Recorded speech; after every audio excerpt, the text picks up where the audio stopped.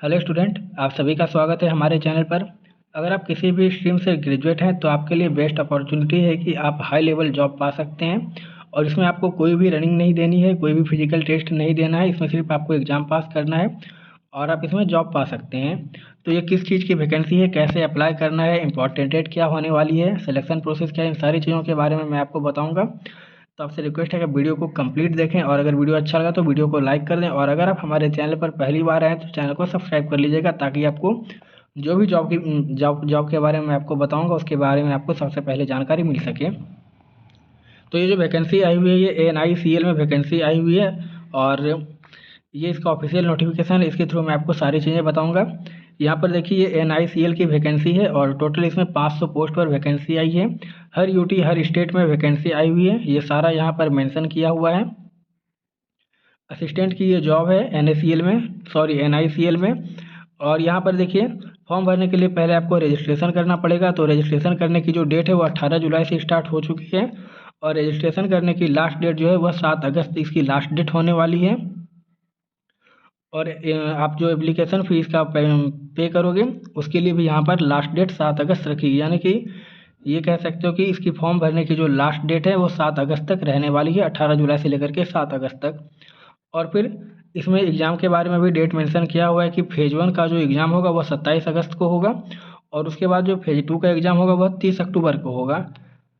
इसके बारे में और भी चीज़ें यहाँ पर नोटिफिकेशन में दिया हुआ है, और भी चीज़ें हम देख लेते हैं। यहाँ पर देखिए जितने भी स्टेट और यूटी हैं यहाँ पर कैटेगरी वाइज वैकेंसी मेंशन किया हुआ है, किस कैटेगरी के लिए कितनी पोस्ट पर वैकेंसी आई हुई है। उसके बाद एलिजिबिलिटी की बात करें तो सबसे पहले तो आपका एलिजिबिलिटी ये है कि आपका जो नेशनलिटी है वो इंडियन होना चाहिए, सिर्फ इंडिया के लोग इस फॉर्म को भर सकते हैं।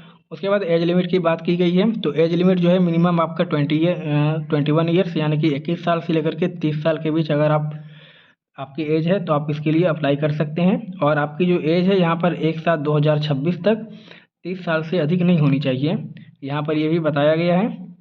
और उसके बाद जो भी SC ST PWBD ex serviceman ऐसे कैंडिडेट हैं इन्हें यहाँ पर 3 साल 5 साल 10-15 साल की छूट दी गई है। आप जिस भी कैटेगरी से बिलोंग करते हो आप अपने अकॉर्डिंग इस चीज़ को यहाँ पर देख लीजिएगा। उसके बाद बात कर लेते हैं एजुकेशनल क्वालिफिकेशन की। तो यहाँ पर देखिए मेंशन किया हुआ है, अगर आपने इंडिया में कहीं से किसी भी स्ट्रीम में अगर आपने ग्रेजुएशन पास किया है तो फिर आप इसके लिए अप्लाई कर सकते हैं। यहाँ पर एक शर्त ये भी है कि 1 जुलाई 2026 तक आपने ग्रेजुएशन पास किया हो तब आप इसके लिए फॉर्म भर सकते हैं। उसके बाद यहाँ पर कुछ और भी चीज़ें देख सकते हैं। ये जो PWBD कैंडिडेट हैं इनके लिए यहाँ पर कुछ इंस्ट्रक्शन दिए हुए हैं। अगर कोई ऐसे कैंडिडेट हैं तो आप नोटिफिकेशन में अच्छे तरीके से पढ़ लीजिएगा। मैं आपको सारी चीज़ें बता दूंगा कि नोटिफिकेशन कहाँ से डाउनलोड करना है, लास्ट में मैं आपको वो सारा चीज़ बता दूंगा। यहाँ पर देखिए इनके लिए ही गाइडेंस दिया हुआ है PWBD कैंडिडेट के लिए। आपकी जो डिसेबिलिटीज़ है वो 40% या फिर इससे अधिक होनी चाहिए, तभी आप इसके लिए एलिजिबल माने जाएंगे। और आपको इसका सर्टिफिकेट भी वहाँ पर फॉर्म भरते टाइम मेंशन करना पड़ेगा, तभी आपको इसका लाभ मिलेगा, अदरवाइज इसका लाभ आपको नहीं मिलेगा। उसके बाद यहाँ पर जो EWS कैंडिडेट होते हैं इनके लिए भी यहाँ पर ये बताया गया है, जब आप EWS सर्टिफिकेट बनवाते हैं तो आपको यहाँ पर ये इंस्ट्रक्शन फॉलो करने होंगे। अगर आपके पास इनसे ज़्यादा अधिक है तो फिर आप EWS कैटेगरी में नहीं आते हैं, आपका EWS नहीं बनेगा। इस साल कुछ चेंजेस भी किए हुए हैं EWS सर्टिफिकेट बनवाने में, तो फिर अगर कोई इस कैटेगरी से बिलोंग करते हैं फॉर्म भरेंगे तो आप इसको अच्छी तरीके से पढ़ लीजिएगा। उसके बाद अपना सर्टिफिकेट बनवा लीजिएगा और फिर आप इसके लिए अप्लाई कर सकते हैं। अब बात कर लेते हैं एग्जामिनेशन के बारे में। पहले यहाँ पर दिया हुआ है आपका जो सिलेक्शन प्रोसेस, इसमें आपका सबसे पहले जो प्री एग्ज़ाम होने वाला है ये आपका टोटल 100 मार्क्स का एग्ज़ाम होने वाला है और इसके लिए आपको 1 घंटे का टाइम मिलेगा। आपका जो पेपर होने वाला है वो हिंदी और इंग्लिश दोनों लैंग्वेज में वहाँ पर रहने वाला है। आप जिस भी लैंग्वेज में एग्ज़ाम देना चाहो आप दे सकते हो। और यहाँ पर सिलेबस में बताया गया है कि आपका इंग्लिश लैंग्वेज होने वाला है, यानी कि इंग्लिश पेपर होगा 30 मार्क्स का, और आपका जो रीजनिंग है वो 35 मार्क्स का, और क्वांटिटेटिव एप्टीट्यूड यानी कि मैथ्स जो है वो आपका 35 मार्क्स का होने वाला है। टोटल 100 मार्क्स का होगा आपका प्री एग्ज़ाम, जो कि फर्स्ट एग्जामिनेशन है। और उसके बाद आपका जो है सेकेंड एग्जामिनेशन मेंस एग्ज़ाम जो है वो आपका 200 मार्क्स का होने वाला है और इसके लिए आपको 2 घंटे का टाइम मिलेगा। मेंस एग्ज़ाम जो है इसमें आपका रीजनिंग होने वाला है, इंग्लिश होने वाला है, उसके बाद आपका मैथ GK, और उसके बाद इसमें आपका जो है कंप्यूटर से रिलेटेड भी आपको 40 मार्क्स के क्वेश्चन यहाँ पर देखने को मिलेंगे। और यहाँ भी आपका हिंदी और इंग्लिश दोनों लैंग्वेज में आपका पेपर यहाँ पर एग्ज़ाम में आपको देखने को मिलेगा। तो पहला जो एग्ज़ाम हो गया प्री एग्ज़ाम, वो आपका 100 मार्क्स का होगा और मेंस एग्ज़ाम आपका 200 मार्क्स का होगा। 1 और 2 घंटे का आपको टाइम मिलेगा। एडमिट कार्ड आपको एग्ज़ाम से कुछ दिन पहले, 1 हफ्ता या 10 दिन पहले यहाँ पर इसके ऑफिशियल साइट पर जारी कर दिया जाएगा। आप यहाँ से इसे डाउनलोड कर सकते हैं। उसके बाद जब आप एग्ज़ाम देने जाओ तो आप अपना जो है 2 आईडी प्रूफ रख लीजिएगा, जैसे Aadhaar card, PAN card, voter ID card, driving licence. ये यहाँ पर मेंशन किया हुआ है और एडमिट कार्ड में भी वो चीज़ मेंशन किया रहेगा आईडी प्रूफ के साथ। आप वहाँ एग्ज़ाम देने जब जाओगे तो अपने एडमिट कार्ड के साथ 2 आईडी प्रूफ लेकर भी ज़रूर जाइएगा। एग्ज़ाम में जो बायोमेट्रिक जो वेरिफिकेशन होता है वो सब आपका यहाँ पर होगा, तो ये भी यहाँ पर मेंशन किया हुआ है। उसके बाद आता है कि रीजनल लैंग्वेज टेस्ट। यहाँ पर देखिए जो वैकेंसी आई हुई है इंडिया के सभी स्टेट और सभी यूटी में आई हुई है। आप जिस जगह के लिए अप्लाई करेंगे आपको वहाँ की जो रीजनल लैंग्वेज है, क्षेत्रीय भाषा है, आपको वहाँ की लैंग्वेज आनी चाहिए। आपका उसी चीज़ का टेस्ट होगा। जैसे कि आप बिहार से हो और आपने अप्लाई कर दिया, आपको असम या फिर छत्तीसगढ़ के लिए आपने अप्लाई किया है, तो वहाँ की आपको जो लोकल लैंग्वेज है आपको आनी चाहिए, लिखनी, बोलनी और समझनी आनी चाहिए। इसी चीज़ का आपका टेस्ट होने वाला है। लास्ट में आपका जो है लैंग्वेज टेस्ट होगा। इस चीज़ में आप अगर पास हो जाते हो तो फिर आपकी ज्वाइनिंग करवा दी जाएगी। ठीक है, और भी चीज़ें फिर यहाँ पर देख लेते हैं।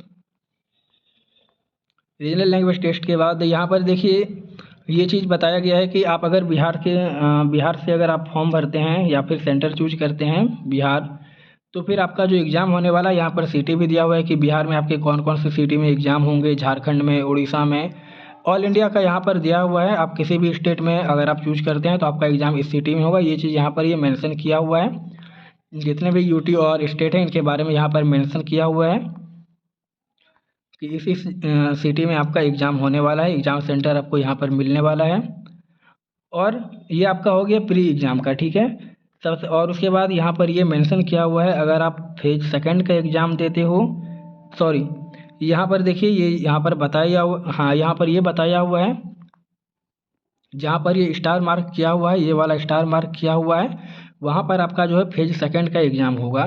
तो यहाँ पर देख लेते हैं कि कौन कौन से, जैसे कि आपका जो मेंस एग्ज़ाम होने वाला है या तो आपका रायपुर या फिर भोपाल, जिस भी सिटी में मार्क किया हुआ है, चेन्नई, हैदराबाद, बेंगलुरु, ऐसे शहर में आपका मेंस एग्ज़ाम का पेपर होगा। ठीक है, यहाँ पर ये मेंशन किया हुआ है। बाकी प्री एग्ज़ाम जो है आपका यहाँ पर मेंशन किया हुआ है, सारे शहर में एग्ज़ाम होने वाले हैं आपके। अब बात कर लेते हैं एप्लीकेशन फ़ी की।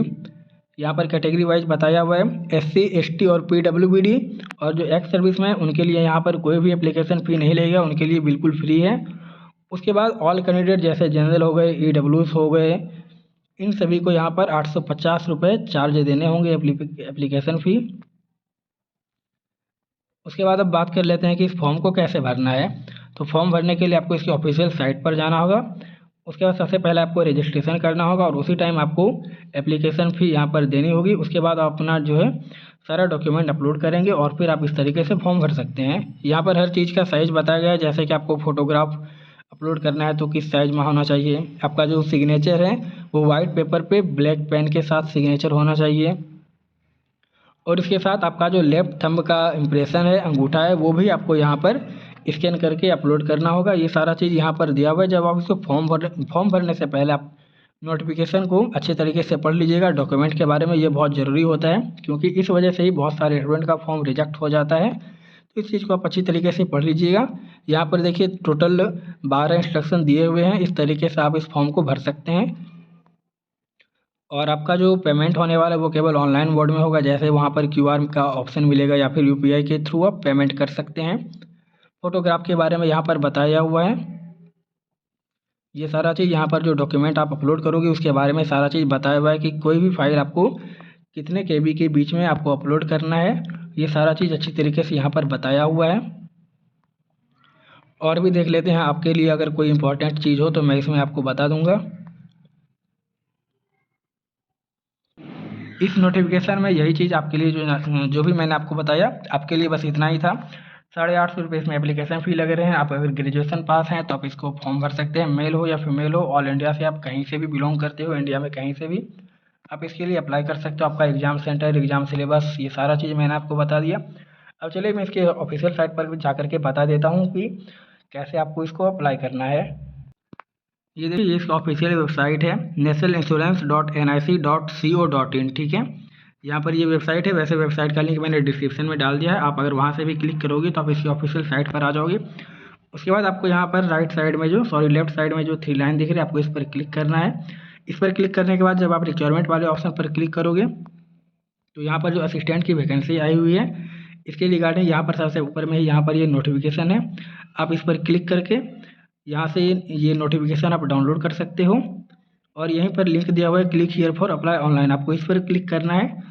इस पर क्लिक करने के बाद सबसे पहले आपको ऑनलाइन रजिस्ट्रेशन करना पड़ेगा। आपको यहाँ पर click here for new registration पे क्लिक करना है और यहाँ पर जो भी आपके सामने इंस्ट्रक्शन आएंगे, जैसे आपका जो बेसिक डिटेल है पहले, ये सारा चीज़ आपको यहाँ पर फिल करना है। आपका मोबाइल नंबर, ईमेल आईडी, ये सारा चीज़ फिल करना है और फिर आपको यहाँ नीचे सेव और नेक्स्ट पर क्लिक कर देना है। उसके बाद आपको जो यहाँ पर एप्लीकेशन फ़ी वो देना होगा। उसके बाद आपका जो भी डॉक्यूमेंट है वो सब आप यहाँ पर अपलोड कर सकते हैं और इस तरीके से आप इस फॉर्म को भर सकते हैं। तो ये पूरी जानकारी मैंने आपको दे दी NICL में जो वैकेंसी आई हुई थी असिस्टेंट की, और इसमें जॉब में सैलरी भी अच्छी खासी आपको मिलने वाली है। नोटिफिकेशन में इसके बारे में भी मेंशन किया हुआ है। अगर आपका कोई डाउट है तो आप कमेंट करके ज़रूर पूछ सकते हैं। बाकी वीडियो को ज़्यादा से ज़्यादा शेयर करें। जो भी स्टूडेंट ऐसे हैं जो ग्रेजुएट पास हैं और जॉब ढूंढ रहे हैं किसी अच्छी लेवल पर, तो आप इस वीडियो को उनके साथ शेयर ज़रूर कर दीजिएगा। तो आज की वीडियो को यहीं पर समाप्त करते हैं और इसके बाद अगर कोई भी वैकेंसी आएगी तो मैं आपको बताता रहूँगा और बताता आ रहा हूँ।